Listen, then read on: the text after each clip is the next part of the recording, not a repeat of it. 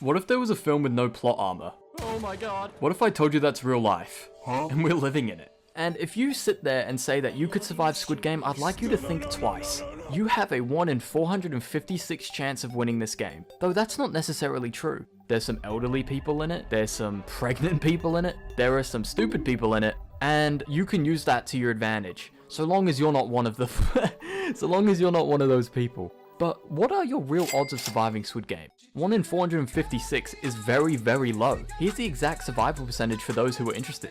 So what are your odds of surviving? Like seriously, if you were in Squid Game right now, I've transported you to Korea, you don't speak Korean, what are your odds of surviving? It's very low. Just to see if you would survive in the Squid Game, I've made this little tier list, and I'll go through each of the little tiers that we've got. Starting off with the most safest tier, if you die in these traps, you are stupid. And that's number 1, super safe. A is 75% chance to survive, B is 50% chance to survive, C 25%, and then sub 10% Shibal tier.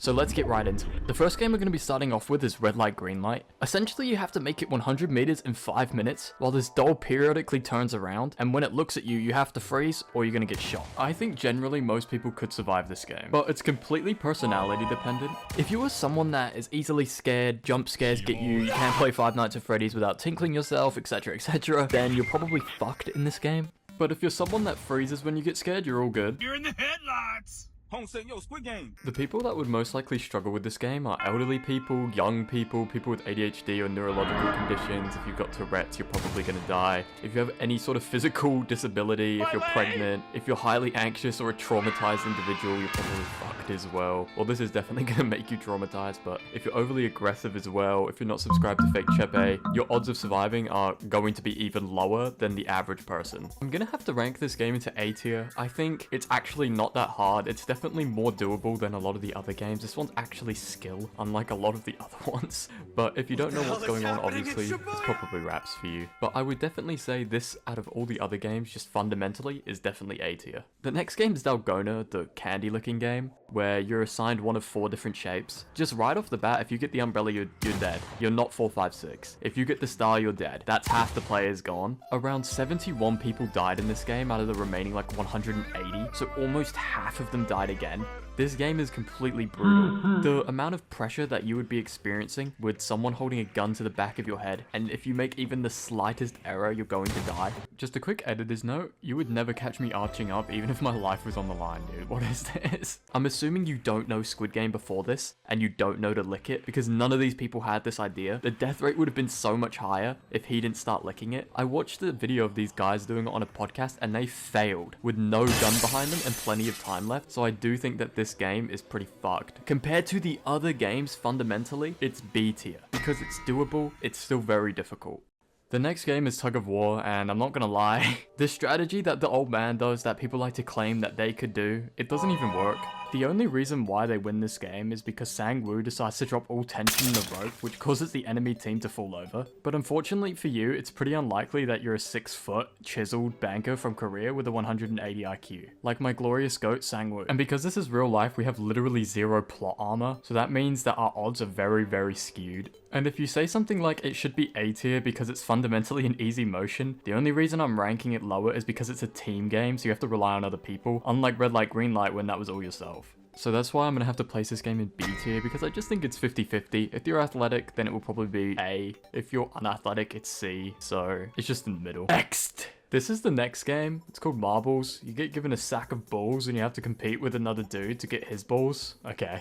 The thing I find humorous about this game is it's definitely the worst. Not because the fact you have to touch a man's sack of balls, but because you have to watch a friend die. The problem that I have with this game is because the previous game was Tug of War, where you chose a teammate that you worked with, this game completely flips it on its head by kind of false baiting you into believing that you're going to be working with your teammate. But instead, you're going to have to kill the only other girl in the show that's equally as beautiful as you, that you've only known for 5 minutes, but has you crying like this.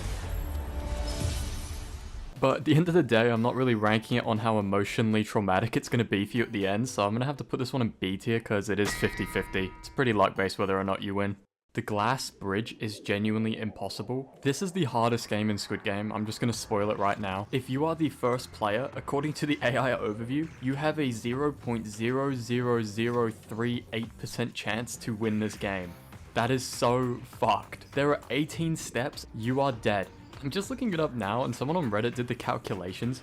If you're player 7, you have an 11.89% chance of winning. To get your odds above 50, you need to be the 10th person to go. And that's for a 50% chance to win. It's so messed up, man. Not only that, though, is half these motherfuckers don't even want to go. Like, imagine if this was real, bro. No one's fucking going. And just for all these reasons, this is going to be the first game in Shiba! To see if you'd win Squid Game, ask yourself the question, would you beat this man in a fight? Would you beat this man in a fight if he had a knife? Even if you had one? C tier! Do you remember at the start of the video when I said that you get teleported here and you're not Korean? You're not winning the Pentathlon. And I know I'm only bringing that up with this one game. If you aren't Korean at birth, some of these games are just genuinely impossible. Because there's 5 games, I think 3 of them are very, very unlikely for you to pass. For example, the Gongi, the Dakji, and the Beyblades one. Those 3 are genuinely impossible. This complex stone throwing game where you throw them on the back of your hand and everything like that, nobody is passing that. In the show, it had a 91% success rate. I don't know how that's possible. 2 people failed it. How? This is the hardest looking game I've ever seen. I think the Dakji game, the one where you throw the paper, the red one onto the blue one, that one is very difficult, and I think with the time frame that you're given, it could be very, very hard to accomplish. And then the Beyblades one, I would just have no idea how to even begin. Unless you're a professional Beyblades player, I don't see how you're completing that one. The Keepy Uppies one, the Jeggy game at the end, I think that's doable. Hitting the tombstone with the rock is doable.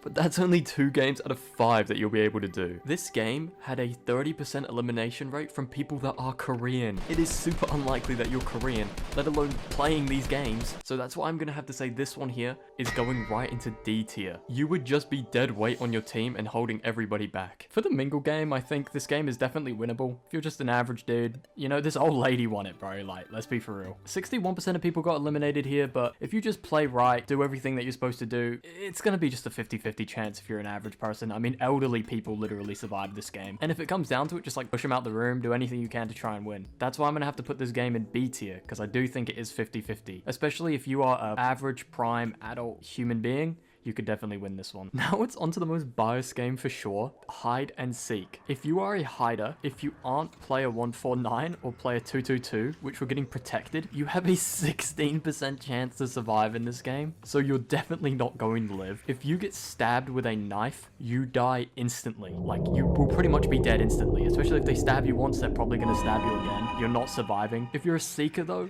your chances to win are pretty high. I'm gonna have to put this game into C tier because you could be in either team, but I think if you are a hider, it is over for you. Pretty much 0% chance of winning this game. I love how Squid Game always runs their mouth about how games are supposed to be fair, but this game is completely unfair. There's like nowhere to hide at all. These people are just getting absolutely murked, man. The only reason I'm not putting this in Shibal tier, which it would be if you were a hider, is because you could be a seeker.